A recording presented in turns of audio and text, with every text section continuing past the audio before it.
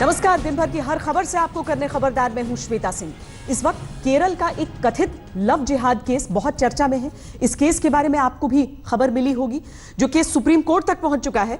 27 नवंबर को इस केस में वो लड़की कोर्ट के सामने पेश होगी जो इस्लाम में कन्वर्ट हुई और फिर उसने एक मुस्लिम युवक से शादी की। ये कहा गया कि इस लड़की को सीरिया में आतंकी संगठन आईसिस के लिए भर्ती किया गया था, जिसमें धर्म परिवर्तन और शादी एक तरह से सिर्फ बहाना और बरगलाना है।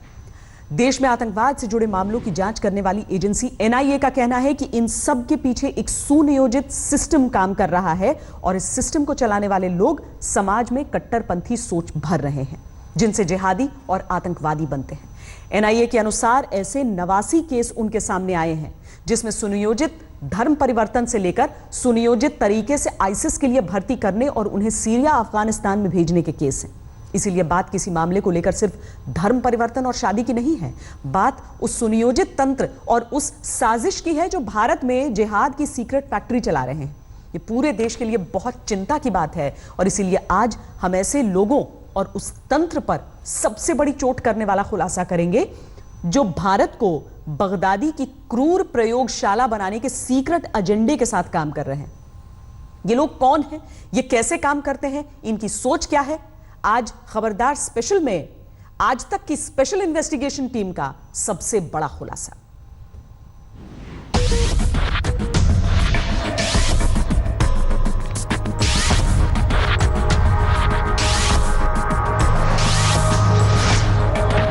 भारत को सीरिया इराक बनाने की सीक्रेट साजिश।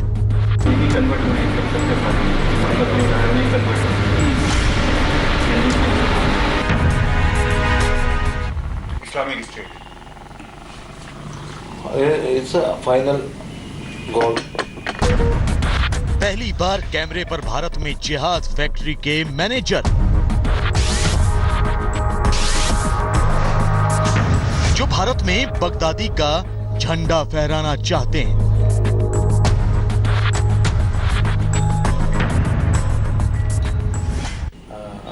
PFI and Satya Sarni hidden motive is to establish Islamic State in India or all over world. All over world, why only in India?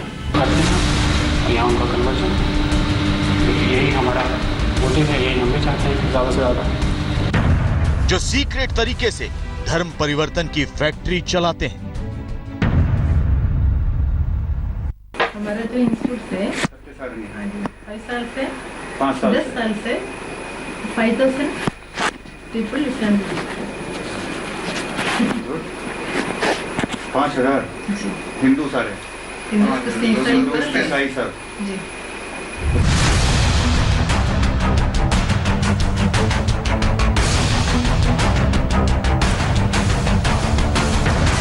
धर्म बदलना जिनके जिहादी एजेंडे का एक बड़ा प्लान है। What you have to say about Khilafat? Khilafat is a part of Islamic system. While the Islamic way of life is completely coming in a country, there should be Khilafat rule also. Otherwise, Islamic State or something. इस्लाम कबूल करके इतना पूरा सब पूरा हिजाब पहनकर घर पर गए। संगठित तरीके से सीक्रेट जिहाद फैक्ट्री चलाने वाला gang. If the crime has done the cause of Islam, we should be helped. PFI will help them.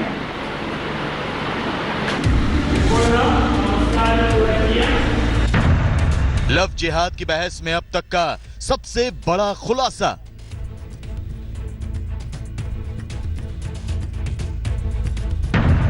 देश की आंखें खोलने वाला खुलासा, ऑपरेशन धर्मांतरण।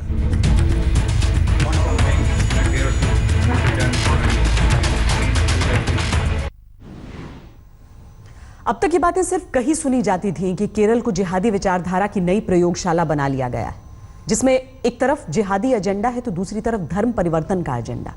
पहली बार आज तक के कैमरे पर उन लोगों का असली चेहरा आया है जो इस खतरनाक एजेंडे को संगठित तरीके से चला रहे हैं। इसमें केरल के पॉपुलर फ्रंट ऑफ इंडिया यानी पीएफआई का असली चेहरा सामने आया है, जिस पर प्रतिबंध लगाने की बातें चल रही हैं। ये किस तरीके से काम करते हैं, किस तरह से धर्म परिवर्तन की फैक्ट्री चला रहे हैं, इनकी सोच क्या है, कैसे ये जिहादी तैयार कर रहे हैं, ये सब हम आज आपको बताएंगे, जो इन्होंने खुद आज तक के सीक्रेट कैमरे के सामने पहली बार कबूल की है। लव जिहाद की बहस के बीच ये देश के सिस्टम को अलर्ट कर देने वाला खुलासा है, क्योंकि पिछले 2 वर्षों में इस संगठन ने संस्था के कई सदस्य आईसिस से कनेक्शन के आरोप में पकड़े गए। अभी 25 अक्टूबर को केरल के कन्नूर से 3 लोगों को गिरफ्तार किया गया, जिनके कनेक्शन आईसिस से थे। मिथिलाश, रजाक और राशिद नाम के इन 3 युवाओं की उम्र 23 से 26 साल के बीच है। कन्नूर पुलिस के एसपी के अनुसार आईसिस से कनेक्शन वाले ये तीनों संदिग्ध 2 साल पहले तक पीएफआई के सदस्य थे। कन्नूर पुलिस ने अगले ही दिन 2 अन्य संदिग्धों को गिरफ्तार किया, जिनके नाम हमसा और मुनफ है। पुलिस के अनुसार हमसा अरब देशों में आईसिस के लिए यहां से भर्ती करता था, इन्हें बहरीन में ट्रेनिंग दिलवाता था। पिछले कुछ महीनों में कम से कम पीएफआई के कम से कम 9 सदस्यों के बारे में पता चला कि वो आईसिस में शामिल हुए। केरल के कोझिकोड से पीएफआई का सदस्य शजीर अब्दुल्ला अफगानिस्तान में मारा गया, जहां वो आईसिस के लिए लड़ने गया था। कन्नूर से पीएफआई के 3 सदस्य शाजिल, रिशाल और शमीर सीरिया में आईसिस की तरफ से लड़ते हुए मारे गए। आईसिस से जुड़े मनसीद और सफवान नाम के पीएफआई के 2 सदस्य जो कन्नूर में छिपे थे, उन्हें पिछले साल एनआईए ने पकड़ा था। कन्नूर से ही आईसिस के एक और आतंकी शाहजहां को टर्की से पकड़ कर लाया गया, जो टर्की से सीरिया जाने में नाकाम रहा। शाहजहां ने ही बताया कि 2016 के बाद से केरल में उसके 17 साथी आतंकी संगठन आईसिस से जुड़ गए। पीएफआई ये तो मानती है कि इनमें से कई उसके एक्टिव सदस्य रहे हैं, लेकिन वो आईसिस से कनेक्शन से इनकार करती। ऊपर से कुछ भी कहें, लेकिन पहली बार हमने सीक्रेट कैमरे पर पीएफआई की सोच को पकड़ा है। पीएफआई के फाउंडर मेंबर कैसे भारत में बगदादी का सपना देख रहा है। आज तक की स्पेशल इन्वेस्टिगेशन टीम का यह बड़ा खुलासा ऐसी खतरनाक सोच और एजेंडे वाले लोगों का पर्दाफाश करेगा।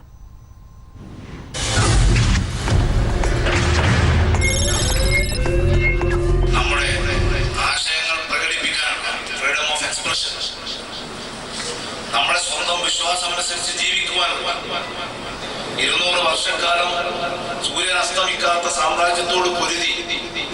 സൂര്യൻ അസ്തമിക്കാത്ത സാമ്രാജ്യം എന്ന് നാം ചരിത്രത്തിൽ പഠിച്ചു പോന്നിട്ടുള്ളതാണ്. ഇന്ന് ബ്രിട്ടനിൽ സൂര്യൻ അസ്തമിച്ചു കഴിഞ്ഞു. पॉपुलर फ्रंट ऑफ इंडिया का फाउंडर मेंबर पी अहमद शरीफ दुनिया के सामने देशभक्ति की बड़ी बड़ी बातें करता है, लेकिन दिल ही दिल में हिंदुस्तान की बर्बादी का सीक्रेट प्लान बनाता है, जिसका खुलासा वो खुद आज तक के सीक्रेट कैमरे पर कर रहा है। Islamic State is the final goal. Final call. PFI and Satya Sarni hidden motive is to establish Islamic State in India or all over world. All over world. That's the motive of all Muslims here.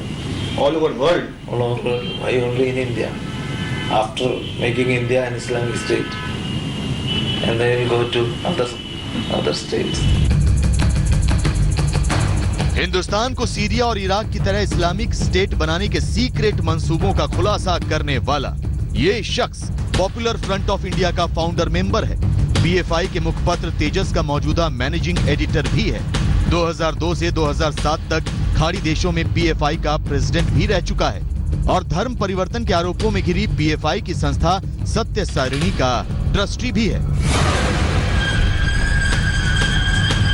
PFI की देश विरोधी गतिविधियों का पर्दाफाश करने के लिए आज तक के अंडरकवर रिपोर्टर अहमद शरीफ से दिल्ली में मिले।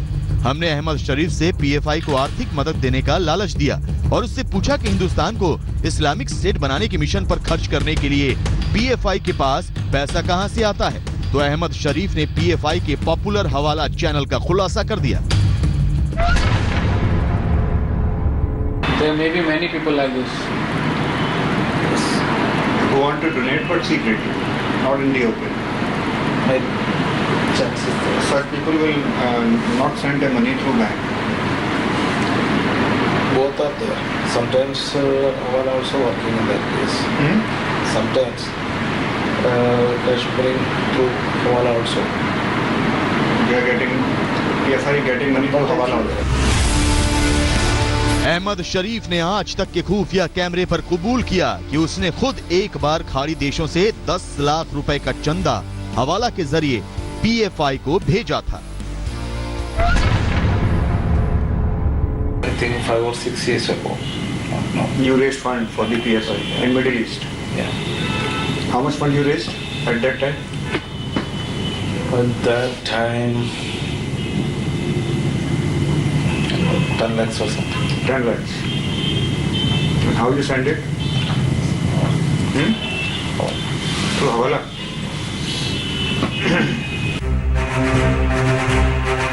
पीएफआई के फाउंडर मेंबर अहमद शरीफ ने आज तक के खुफिया कैमरे पर यह भी खुलासा किया कि अगर हिंदुस्तान को इस्लामिक स्टेट बनाने के रास्ते पर अगर कोई किसी का कत्ल भी कर देता है तो पीएफआई उसके सपोर्ट में खड़ी होती है। If the crime has done in the course of Islam, we should be helped. PFI will help them.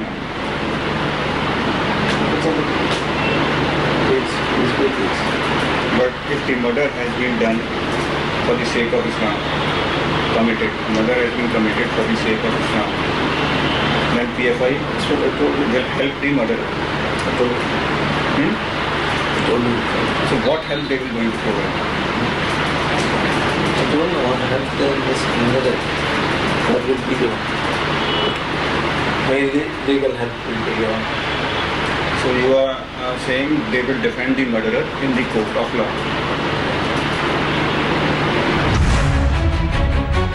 Ahmad शरीफ के ये खुलासे हिंदुस्तान को बर्बाद कर देने का वो छिपा हुआ एजेंडा है जिसका जिक्र भारतीय सुरक्षा एजेंसियां कई सालों से करती आई हैं। लेकिन आज तक के खुफिया कैमरे पर पहली बार पीएफआई के फाउंडर मेंबर ने अपने काले मंसूबों को कबूल किया है। हिंदुस्तान में बैठकर हिंदुस्तान की बर्बादी का सपना देखने वाले इन देशद्रोहियों को उनके अंजाम तक पहुंचाने का वक्त आ चुका है, क्योंकि अगर अभी नहीं तो कल शायद बहुत देर ना हो जाए। Islamic State is the final goal. Jamshed Khan के साथ सुशांत पाठक, स्पेशल इन्वेस्टिगेशन टीम, आज तक। कट्टरपंथी मुस्लिम संगठन पॉपुलर फ्रंट ऑफ इंडिया यानी पीएफआई के देश विरोधी एजेंडे का खुलासा करने के लिए हमने पीएफआई के सदस्यों के अलावा पीएफआई से जुड़ी उन संस्थाओं का भी कच्चा चिट्ठा खंगाला है जिनकी आड़ में पीएफआई के सदस्य चोरी छिपे धर्मांतरण का धंधा चला रहे हैं, जिनके बारे में आपको बताने से पहले हम आपके सामने पीएफआई के गुनाहों की फहरिस्त के कुछ और पन्ने खोलना चाहते हैं। साल 2006 में बने पीएफआई के रिश्ते प्रतिबंधित इस्लामी संगठन सिमी से हैं। इस बात का खुलासा खुफिया एजेंसियों की रिपोर्ट से हुआ है। पीएफआई के देश के 23 राज्यों में दफ्तर हैं, लेकिन उसका सबसे अधिक प्रभाव केरल, तमिलनाडु और कर्नाटक में है। पीएफआई के साथ सबसे ताजा विवाद केरल में हिंदू लड़की अखिला का धर्म परिवर्तन करवाने के मामले से जुड़ा है, जिसे लव जिहाद माना जा रहा है। साल 2010 में पीएफआई के लोगों ने केरल के एक प्रोफेसर का हाथ इसलिए काट दिया था क्योंकि उसने परीक्षा में मोहम्मद शब्द का इस्तेमाल किया था। साल 2013 में कन्नूर पुलिस ने पीएफआई के एक ट्रेनिंग कैंप पर छापा मारकर भारी मात्रा में गोला बारूद और बम बनाने का सामान बरामद किया था। साल 2016 में बेंगलुरु में संघ नेता रुद्रेश की हत्या के मामले में पुलिस ने पीएफआई के बेंगलुरु जिलाध्यक्ष को गिरफ्तार किया था। नेशनल इन्वेस्टिगेशन एजेंसी यानी एनआईए ने यह खुलासा किया था कि पीएफआई की संस्था सत्य सारणी में गैर कानूनी तरीके से धर्मांतरण करवाया जाता है।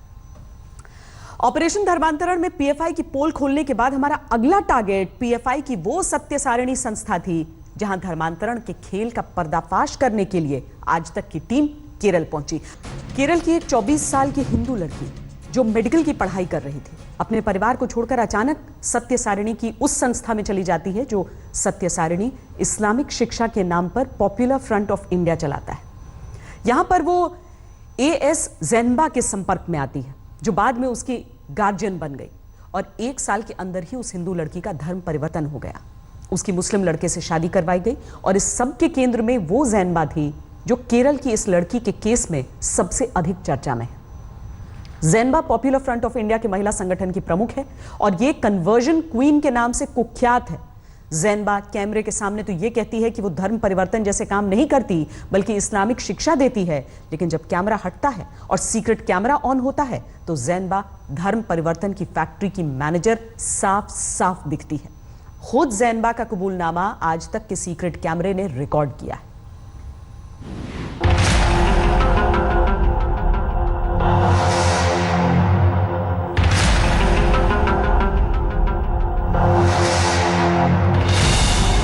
A S Zainaba Popular Front of India के महिला संगठन की प्रमुख और कन्वर्जन क्वीन के तौर पर कुख्यात। ये वही महिला है जिसके बारे में कहा जाता है कि इसने ही केरल के कोट्टयम की उस 24 साल की हिंदू लड़की अखिला अशोकन का धर्म बदलकर हादिया नाम दिया और मुस्लिम लड़के से शादी करवाई। जिस लड़की को लेकर कथित लव जिहाद का केस सुप्रीम कोर्ट में इस वक्त चल रहा है।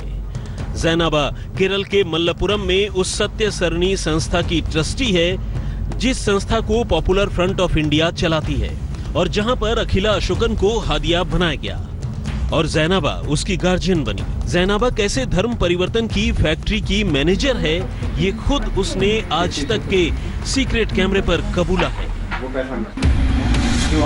हम जैनाबा से मल्लपुरम में उसके घर में ये कहकर मिले कि अगर हम ये सब करना चाहें तो जैनाबा क्या मदद करेगी। जैनाबा ने हमें बताना शुरू किया कि कैसे उसने एक के बाद एक 10 साल में 5000 लोगों का धर्म परिवर्तन सत्य सरणी में करवाया। जैनाबा ने हमारे सामने कई ऐसी हिंदू लड़कियों के बारे में बताया जिनका उसने धर्म परिवर्तन करवाया। हमारा जो इंस्टीट्यूट है 5 साल से 10 साल से 5000 पीपल इस्लाम 5000 हिंदू सारे हिंदू ईसाई सब जी। उसमें से आपने कितना? जैनाबा ने सीक्रेट कैमरे के सामने वो सच भी बता दिया जिसमें सत्य सरणी जैसी संस्थाओं की आड़ में धर्म परिवर्तन की फैक्ट्री कैसे चलाई जाती है और इसमें जो एक बार फंस जाते हैं उनके लिए बाहर निकलने का कोई चांस ही नहीं होता। कन्वर्जन का क्या प्रोसीजर होता है? कन्वर्शन नाम पर लिखना है तो ठीक नहीं हो जाएगा क्योंकि उधर पूरा कन्वर्शन नाम सुनने से प्यार से लोग को गुस्सा आ जाएगा। इसलिए कन्वर्शन नाम पर नहीं करना है। सेंटर का नाम दूसरा नाम पर, हमारे सत्य सरणी इंस्टीट्यूट का नाम पर कन्वर्शन सेंटर नहीं है। सत्य सरणी इंस्टीट्यूट है और चैरिटेबल ट्रस्ट है, उसी नाम पर हम शुरू करना है। जैनाबा ने धर्म परिवर्तन के धंधे की हर चालाकी सीक्रेट कैमरे के सामने खोल कर रख दी। पहले हमको इसमें बहुत सारे काम है, हमारे को रिसोर्स भी चाहिए, इसलिए हमको एक ट्रस्ट देंगे। वो सब बन जाएगा। प्राइमरी स्टेज ट्रस्ट में 15-16 पीपल है तो जी बताइए। बाद में हमको एक जगह फिक्स करना है, एक कैंपस पे पूरा फैसिलिटी होना चाहिए। नमाज के लिए मस्जिद होना चाहिए, अकोमोडेशन होना चाहिए, किचन पूरा होना चाहिए, ऐसा एक वेल फर्निश्ड इंस्टीट्यूट होना चाहिए। उसके बाद हमको रजिस्टर करना है, गवर्नमेंट के तरफ से रजिस्टर करना है, सोसाइटी रजिस्ट्रेशन एक्ट पर ट्रस्ट जैसे रजिस्ट्रेशन करना है। ठीक है। इसलिए हमारे लिए कुछ रिसोर्स होने चाहिए, पढ़ाने के लिए, फील्ड में जाने के लिए कुछ रिसोर्स होने तो रजिस्ट्रेशन में हमें ये नहीं दिखाना है कि हम कन्वर्जन करेंगे। नहीं। लेकिन कन्वर्जन कैसे होगा फिर? कन्वर्शन के लिए हम पूरा इस्लाम सिखाने के बाद नमाज पढ़ना है, नमाज रोज़ा पूरा सिखाने के बाद सर्टिफिकेट भी देना है। अच्छा, वो सारा काम आप करेंगे? काउंसलिंग वगैरह करना है। किसी भी नाम से रजिस्टर्ड हो जाना, फिर उसकी आड़ में धर्म परिवर्तन करवाना, ये खेल आसानी से कैसे होता है ये सब जैनाबा ने बता दिया। सत्य सरणी के जरिए यही हो रहा है। यहाँ पर इस्लामिक शिक्षा के नाम पर धर्म परिवर्तन की फैक्ट्री खुली है। नहीं, हम लीगली नहीं डिक्लेयर कर रहे हैं, कन्वर्जन सेंटर नहीं है, ओके। एजुकेशन इंस्टीट्यूट है। तो फिर आप जो कन्वर्जन वहाँ सत्य सारणी में होता है या जो लोग रहते हैं, जी, मान लीजिए वो कभी बाहर जाके बोल दें किसी को? नहीं, उसका चांस कम नहीं है। क्योंकि वो लोग इतना इस्लाम कबूल करने के बाद पहचाने हैं। इसका इस्लाम का कन्वर्जन का भी सर्टिफिकेट होता है? सर्टिफिकेट होना चाहिए, क्योंकि हम उनको नाम चेंज करना है, गज़ट में पब्लिश करना है, इसके लिए एक लीगल सर्टिफिकेट होना। अगर आप सर्टिफिकेट देंगे फिर तो पता लग जाएगा कि इंस्टीट्यूट कन्वर्जन कराना है। ऐसा इंस्टीट्यूट है तो हमको दूसरे नाम पर जितना दो तरह से हमको करना है। एक डिक्लेयर करने जैसे ये इंस्टीट्यूट के नाम पर हमको सर्टिफिकेट कबूल किया, ऐसा है। दूसरा एक सिस्टम है, कुछ नॉटरी एडवोकेट है ना, उनके तरफ से लीगली डिक्लेयर करने के बाद हमारे इंस्टीट्यूट में पढ़ाना है, इसलिए दो तरह से करना है। ये असली चेहरा है उस पॉपुलर फ्रंट ऑफ इंडिया का जो 2006 में बना और जो मल्लपुरम जिले के मरकजुल हिदिया सत्य सरणी संस्था चलाता है, जहां नाम तो धार्मिक शिक्षा का है लेकिन असली काम धर्म परिवर्तन का, और जहां पर जैनाबा ने अखिला अशोकन जैसी कई हिंदू लड़कियों को हादिया और ऐसा न जाने कितने नाम देकर धर्म बदलवाया। ऑपरेशन धर्मांतरण को अंजाम देने के लिए आज तक की अंडरकवर रिपोर्टिंग टीम केरल में उस सत्य सारणी संस्था के अंदर दाखिल होने में भी कामयाब हो गई और फिर सत्य सारणी में धर्मांतरण के खेल का जो सच बाहर निकल कर आया वो चौंका देने वाला है। देखिए कैसे पीएफआई की संस्था सत्य सारणी में गैर कानूनी धर्म परिवर्तन करवाने का पूरा मैनेजमेंट काम कर सकता है।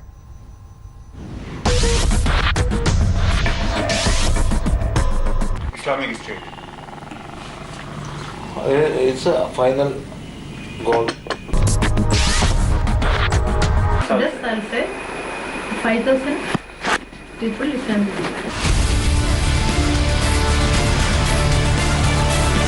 पॉपुलर फ्रंट ऑफ इंडिया यानी पीएफआई का केरल में एक शैक्षणिक संस्थान है सत्य सारणी, लेकिन यहाँ धर्म परिवर्तन का खेल चलता है जिसकी तस्दीक खुद पीएफआई का फाउंडर मेंबर अहमद शरीफ और ज़ैनाबा आज तक के खुफिया कैमरे पर कर चुकी है। सत्य सारणी की असलियत का खुलासा करने के लिए आज तक की अंडरकवर रिपोर्टिंग टीम केरल में सत्य सारणी संस्थान पहुंची। सत्य सारणी को उर्दू में मरकजुल हिदाया भी कहते हैं। सत्य सारणी के मेन गेट पर हमें ये नाम बोर्ड पर लिखा हुआ मिला। हम सत्य सारणी के असिस्टेंट मैनेजर फिरोज से फाइनेंसर बनकर मिले तो उसने हमारी मुलाकात हिंदू से मुसलमान बने लोगों से करवाई। ऐसे ही पहले जिस आदमी से हम मिले उसका नया नाम मंजूर है और वो 2 महीने पहले ही हिंदू से मुसलमान बना है। आप हिंदू थे? हिंदू थे? मुस्लिम हो गए? कब हुए? अक्टूबर? 2 months. What was your Hindu name? First name Manjunath. अब नया नाम क्या है? नाम मंसूर। आप कहाँ कन्वर्ट कर सकते हैं? इसके बाद हमारी मुलाकात हुई कमरुद्दीन नाम के लड़के से। कमरुद्दीन ने बताया कि वो भी 2 महीने पहले ही हिंदू से मुस्लिम धर्म में कन्वर्ट हुआ है।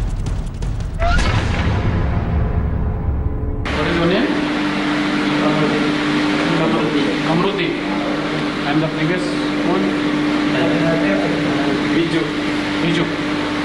आप कहाँ से निकल हो?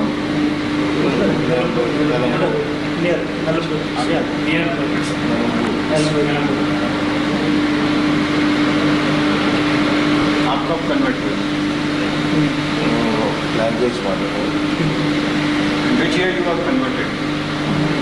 ये वाला हमारे आपको प्रेजेंट 2 महीने पहले कन्वर्ट। इसके बाद हमारी मुलाकात जिस तीसरे लड़के से हुई उससे मिलकर हम चौंक गए। मोहम्मद कलंदर नाम के इस लड़के ने हमें बताया कि उसका हिंदू नाम दीक्षित गौड़ा था। What is your name? Before I was Dikshit Gowda. Dikshit Gowda. Yes. Now I am Muhammad Kalandar. इसके बाद हमारी मुलाकात हुई सत्य सारणी के प्रिंसिपल अब्दुल सलाम अल कासमी से। अब्दुल सलाम ने खुलासा किया कि सत्य सारणी में धर्म परिवर्तन के लिए हिंदू और ईसाई दोनों लोग आते हैं। हिंदू लोग भी कैसे ईसाई दोनों भी आते हैं। उन लोगों को हम दावत देते हो कैसे ये अलग अलग आदमी को बोल के अल्लाह के बारे में, रिसालत के बारे में, आखिरत के बारे में थोड़ा थोड़ा बोल रहे हैं। ऐसे एक क्या ऐसे बोल के उन लोगों के कुछ अल्लाह के बारे में कुछ मालूम होने को क्या उनको इस्लाम में कन्वर्ट करते हैं। जी हाँ, ऐसा आता है। तो अभी वैसे कितने हिंदूज और कितने ईसाई होंगे जो इस्लाम में कन्वर्ट हुए हैं यहाँ सत्य सारणी में? बहुत है।